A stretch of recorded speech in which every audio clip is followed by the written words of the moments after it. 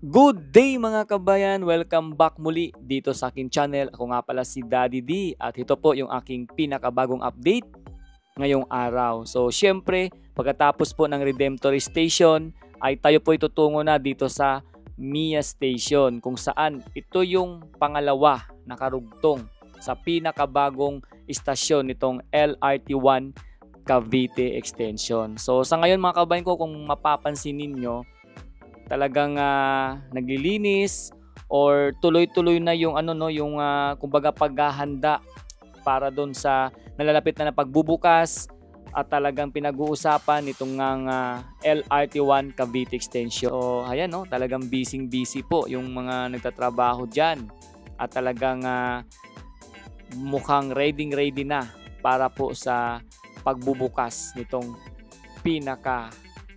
pinag-uusapan LRT1